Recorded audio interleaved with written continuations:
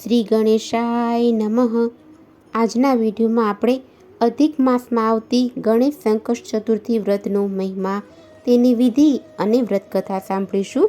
ઓમ વક્રતુંડ મહાકાય સૂર્યકોટી સમપ્રભ નિર્વિઘ્નમ કુરુ મે દેવ સર્વ કાર્યેષુ સર્વદા.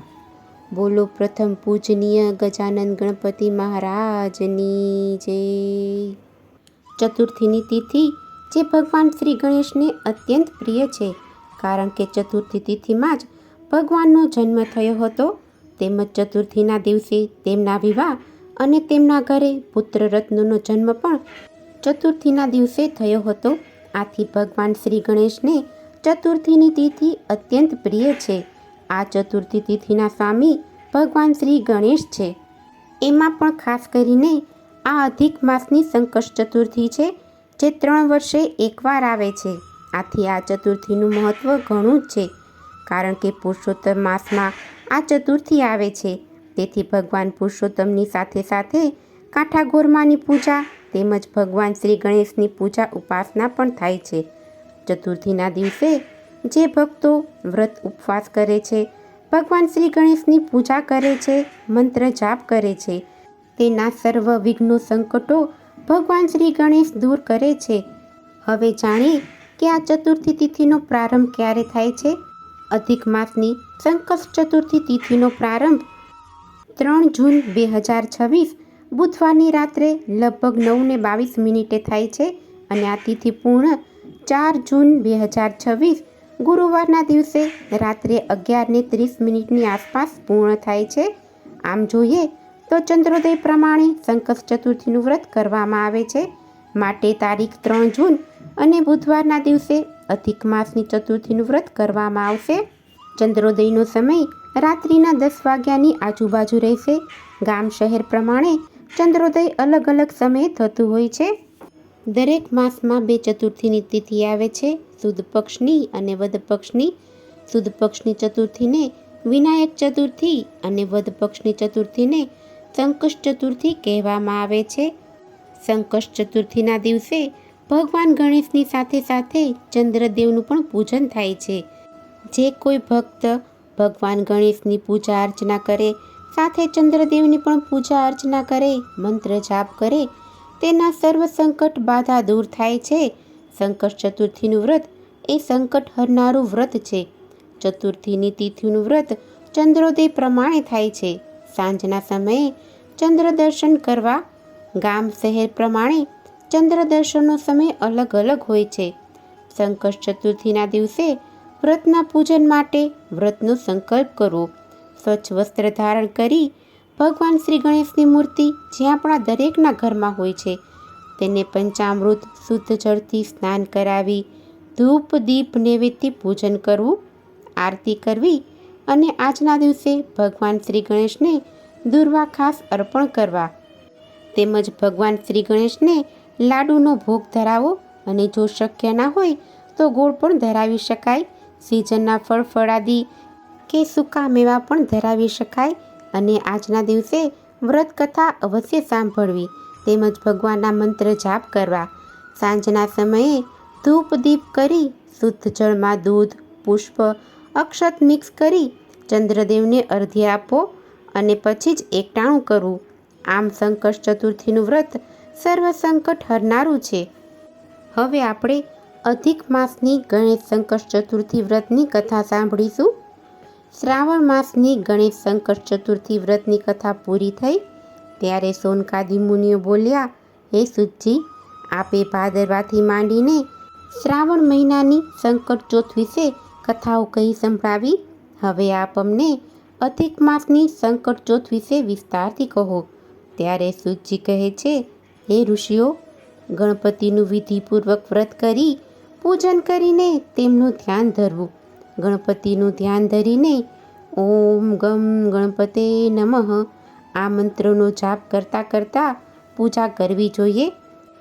અધિક માસની શ્રી ગણેશ સંકષ્ટ ચતુર્થીની વ્રત કથા રાજા ચંદ્રસેન સાથે સંકળાયેલી છે, જે તમે ધ્યાનપૂર્વક સાંભળો.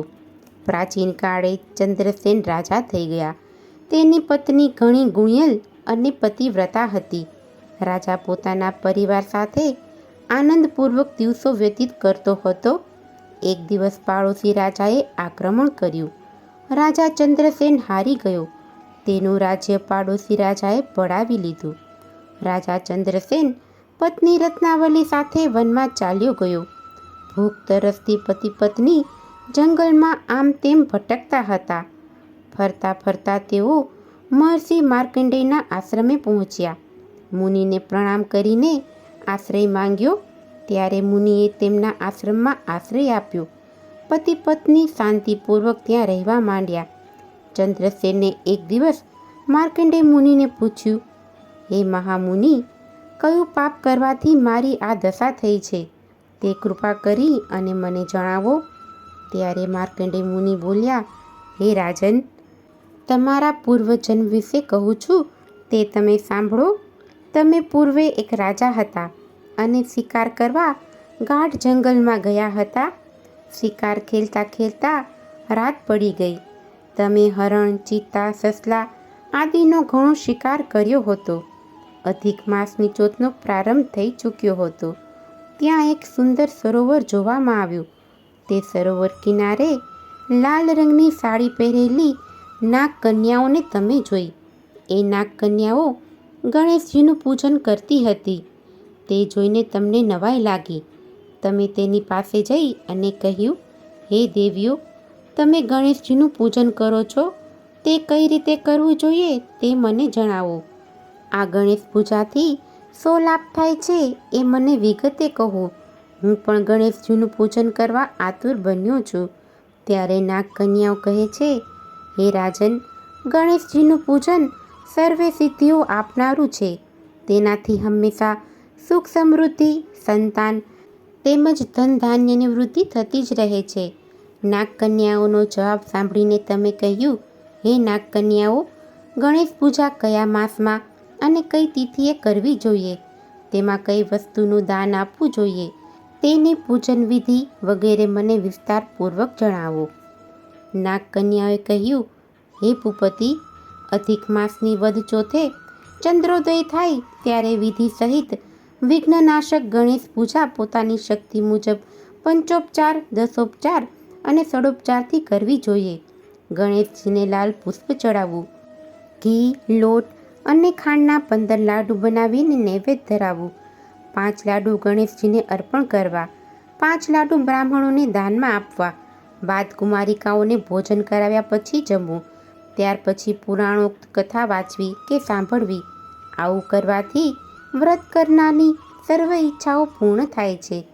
નાગ કન્યાઓ પાસેથી વ્રતની વિધિ સાંભળી તમોએ વ્રતનો સંકલ્પ કરી ત્યાંથી ચાલી નીકળ્યા. તે મુજબ તમે વ્રત કર્યું. આથી ગણેશજી તમારા ઉપર પ્રસન્ન થયા અને તમને પુત્ર અને ધન ધાન્યથી સુખી કર્યા. કેટલોક સમય પસાર થયા બાદ તમે અભિમાનમાં વ્રત કરવાનું ભૂલ્યા અને કાળક્રમે મૃત્યુ પામ્યા.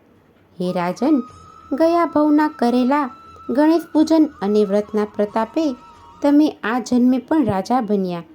તમે ગયા જન્મમાં ગણેશ પૂજન ભૂલી ગયા હતા, તેથી તમારે આ જન્મમાં ગાદી છોડવી પડી છે. રાજાએ પૂછ્યું, હે મુનિરાજ, હવે હું કયો ઉપાય કરું કે જેથી મારું સંકટ ટળે અને સુખ શાંતિપૂર્વક રહી શકું. ત્યારે માર્કંડેય મુનિ બોલ્યા, હે નરેશ, પૂર્વજન્મમાં ભૂલાયેલા ગણેશ સંકટ ચોથનું વ્રત અને વિધિપૂર્વક ગણેશજીનું પૂજન શરૂ કરો. તમારું સંકટ ટળી જશે અને પુનઃ રાજ્યની પ્રાપ્તિ થશે. માર્કંડેય મુનિની સલાહ અનુસાર રાજા ચંદ્રસેને ગણેશ ચતુર્થીનું વ્રત વિધિપૂર્વક ગણેશ વ્રત કરવાનો પ્રારંભ કર્યો. આથી ગણેશજી રાજા ઉપર પ્રસન્ન થયા અને તેના વ્રતના પ્રભાવે ચંદ્રસેન રાજાને પોતાનું રાજ્ય પાછું મળ્યું. ત્યારબાદ તેઓ હંમેશ ગણપતિ પૂજન અને શ્રી ગણેશ સંકષ્ટ ચતુર્થી વ્રત કાયમ કરતા રહ્યા. આમ ગણેશ સંકષ્ટ ચતુર્થીનું વ્રત સર્વ સંકટ બાધાઓને દૂર કરી સુખ સમૃદ્ધિ અપાવનારું છે. બોલો ગજાનન ગણપતિ મહારાજની જય. જો તમને આજની આ કથા પસંદ આવી હોય તો એક લાઈક આપી ચેનલને સબસ્ક્રાઈબ કરો. આજની આ કથા સાંભળવા બદલ આપનો ખૂબ ખૂબ આભાર. જય શ્રી કૃષ્ણ.